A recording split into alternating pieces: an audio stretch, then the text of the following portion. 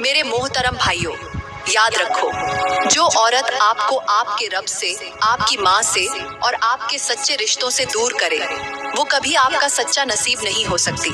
वो आजमाइश है, अजाब है, वो मुकद्दर की ऐसी दरार है जो जितनी देर से पहचानी जाए उतनी गहरी हो जाती है।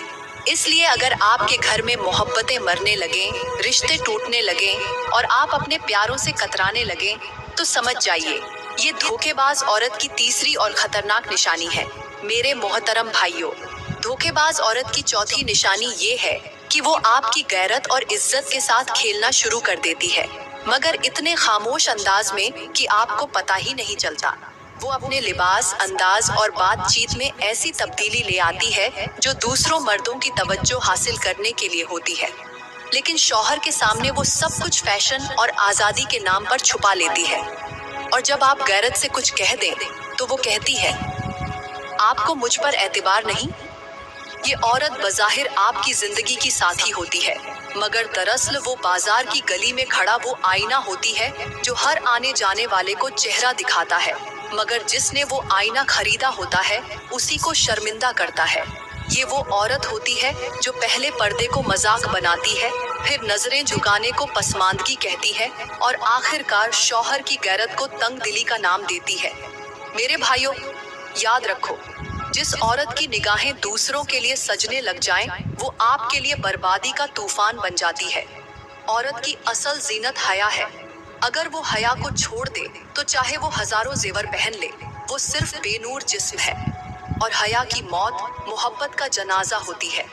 आप अगर अपनी बीवी को बदले हुए अंदाज में देखने लगे, वो मर्दों के सामने बेखौफ हो, सोशल मीडिया पर खुद को नुमाइश में रखे, गैर मर्दों से बेतकल्लुफ हो, तो समझ लें ये उसके अंदर छुपी हुई चौथी निशानी है।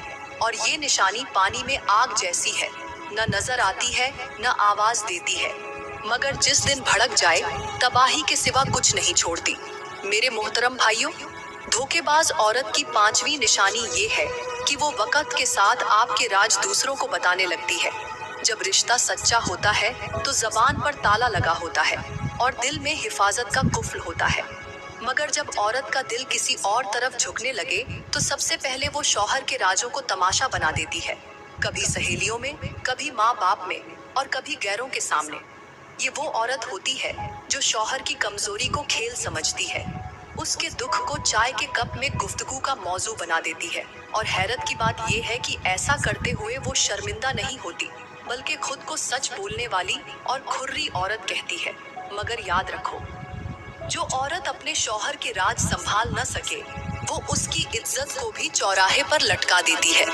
एक बंद दरवाजे के पीछे दो दिल जुड़ते हैं, मगर जब वही दरवाजा औरत खुद खोल दे और बाहर जाकर शौहर के दुख, माली परेशानी, रिश्तों के राज और जज्बाती कमजोरियां बयान करे, तो समझ लो उसका दिल अब किसी और के दर पर दस्तक देने लगा है।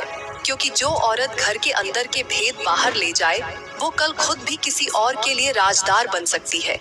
ये निशानी ऐसी है जैसे झर को शरबत की बोतल में डाल दिया जाए, आप पिएंगे तो महसूस ही नहीं होगा, क्योंकि जो औरत घर के अंदर के भेद बाहर ले जाए, वो कल खुद भी किसी और के लिए राजदार बन सकती है।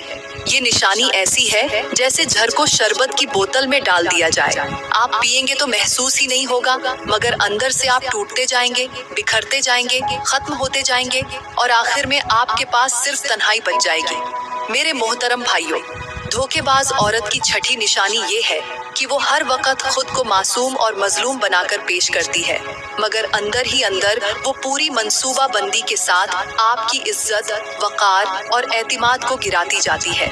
ऐसी औरत की बातें बज़ाहिर हमदर्दी लेती हैं, आंखें हर वक्त नम रहती हैं, जबान पर शिकवे होते हैं, मगर उसका दिल किसी और के साथ जुड़ा होता है, किसी और के लिए धड़कता है।